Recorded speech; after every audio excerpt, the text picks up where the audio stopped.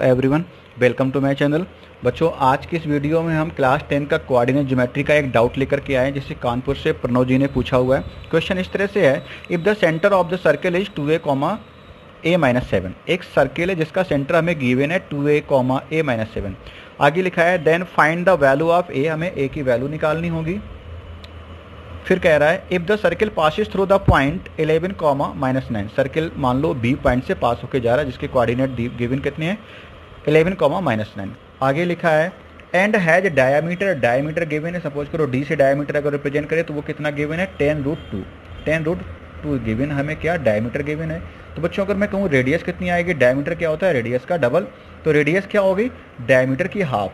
तो रेडियस कितनी आएगी 10√2 को जब 2 से डिवाइड करोगे तो आ जाएगा 5√2 आ जाएगा। ठीक है, रेडियस क्या होती है सेंटर से सरकमफेरेंस तक की डिस्टेंस। तो मैंने सेंटर से सरकमफेरेंस वाले इस पॉइंट को मिला दिया, वो क्या आ गई रेडियस बोले तो 5√2 जो हमने अभी निकाल लिया।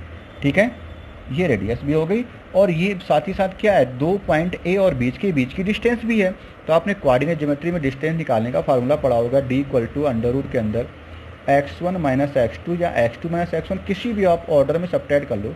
चलो x2 - x1 का whole square plus y2 - y1 का होल स्क्वायर। आपने ये फार्मूला पढ़ रखा है, मैं ऐसा मान के ही डाउट आपका सॉल्व करा रहा हूँ। तो देखते हैं कैसे क्वेश्चन सॉल्व होगा। अगर हमारे ये दो पॉइंट हैं a और b, इसे x1 इसे x2 इसे x1 इसे और y1 x2 y2 बोलें तो कैसे सॉल्व करेंगे हम लोग 11 - 2a का होल स्क्वायर करेंगे। ये 2a है, 20 मत समझे इसे। ठीक है, साथ ही साथ क्या लिखेंगे प्लस -9 और -a-7। ठीक है, पूरे का फिर से यहाँ तक का होल स्क्वायर करेंगे। जो भी चीज़ है वो किसके अंदर लिखी जाएगी रूट के अंदर, और वो किसके इक्वल टू आ गई डिस्टेंस बोले तो r कितनी वैल्यू हमें गिवन है 5√2 गिवन है। तो 5√2 की वैल्यू ये आ गई। ठीक है, आप इसे सॉल्व करेंगे 11 - 2a का आप होल स्क्वायर तोड़ देंगे। 11 का स्क्वायर 121 प्लस a - b का होल स्क्वायर यहाँ पे लगने वाला, यहाँ से कितना आएगा 2a का होल स्क्वायर 4a स्क्वायर और 11 2 जा 22, फिर से डबल 2a भी होता है ना, तो माइनस का 44a रूट के अंदर इतना आ गया। इसको जरा देखो, ये क्या लिखा है 9 लिखा है, माइनस लिखा है, माइनस का a हो जाएगा, माइनस प्लस का 7 हो जाएगा। ठीक है, और माइनस का 9 था, तो -9 + 7 कितना देगा माइनस का 2 देगा, माइनस का a देगा। तो -2 - a का होल स्क्वायर आपको अंदर मिलेगा। तो -2 - a का होल स्क्वायर मैं यहाँ पे आपको लिख के दिखाऊं तो कितना आएगा, ये आपका रफ वर्क है बेटा।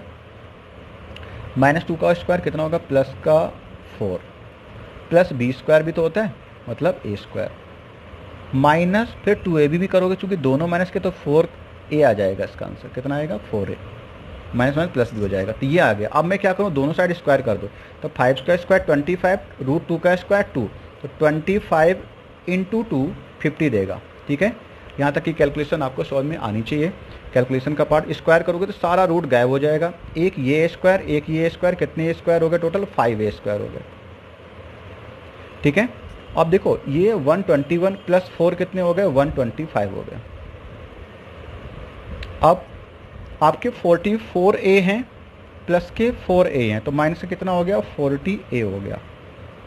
अब आप क्या करो 50 को इस तरफ ले आओ, उस तरफ 0 बचेगा, तो इधर क्या हो जाएगा 5a स्क्वायर हो जाएगा, माइनस का 40a और 125 से जब 50 सब्ट्रैक्ट करोगे तो प्लस का 75 और उस तरफ कितना 0, तो मैं इधर 0 लिख रहा हूँ।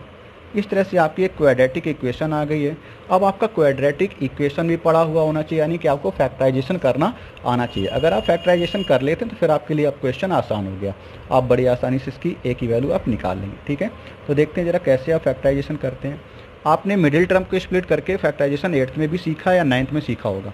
तो पहले फैक्टर करेंगे फिर क्वाड्रेटिक इक्वेशन का कॉन्सेप्ट लगाएंगे। तो मैं लेफ्ट हैंड साइड के फैक्टर करूँगा, 75 के ऐसे फैक्टर करने 75 × 5 के, है ना, इस तरह से। इसमें चाहो तो आप 5 कॉमन भी ले लो, चलो 5 कॉमन लेंगे तो कितना मिलेगा देखो, और छोटी इक्वेशन हो जाएगी। तो a स्क्वायर माइनस का 8a और यहाँ पे कितना छूट गया 15 इक्वल में 0, 5 को इधर 0 से डिवाइड कर देंगे तो 0 ही इक्वल आना। तो इक्वेशन हमारी अब फाइनली रिड्यूस होके आ गई a square minus 8a plus का 15। आई थिंक अब आपको आसानी होगी फैक्टराइजेशन करने में, तो इसके फैक्टर आप कर सकते हैं। तो चलो यहाँ पे देखते हैं इसके फैक्टराइजेशन।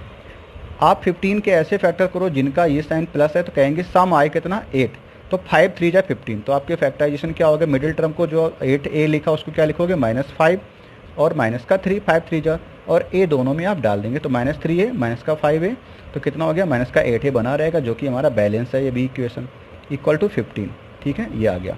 अब यहाँ से a कॉमन लेते हैं। देखो ये आपका पढ़ा हुआ है, आप फैक्टराइजेशन जितने जल्दी कर लें किसी तरह से आप इतना आप ले आओगे।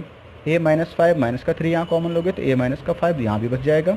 अब आप क्या लिखोगे बेटा, a -5 पहले ब्रैकेट में, दूसरे में क्या लिखोगे, a माइनस का 3 लिखोगे और इक्वल में 0। अब बारी बारी से एक ब्रैकेट को 0 करोगे। जब आप कहोगे a -5 इक्वल टू 0, तो वहाँ से इक्वल टू कितना आ जाएगा, 5 आ जाएगा। जब आप कहोगे कि a -3 इक्वल में 0, तो a की वैल्यू कितनी आ जाएगी, 3 आ जाएगी। इसलिए आपका आंसर, आपकी a की वैल्यू कितनी आ रही, 2 वैल्यू आ रही। वो कौन कौन सी हो गई आपके आंसर में, 5, 3। या तो a इक्वल टू आप 5 बोल दो या a इक्वल टू आप 3 बोल दो। तो इस तरह से बेटा आपका आंसर ये हो गया। आई थिंक आपको समझ में आ जाना चाहिए। कोई डाउट हो तो आप हमें फिर से आप सेंड कर सकते हो। सेशन को एंजॉय करते रहिए, साथ ही साथ चैनल को अगर आपने अभी तक सब्सक्राइब नहीं किया तो सब्सक्राइब करें, अदर के साथ भी शेयर करें। नेक्स्ट मिलेंगे बच्चों, थैंक यू।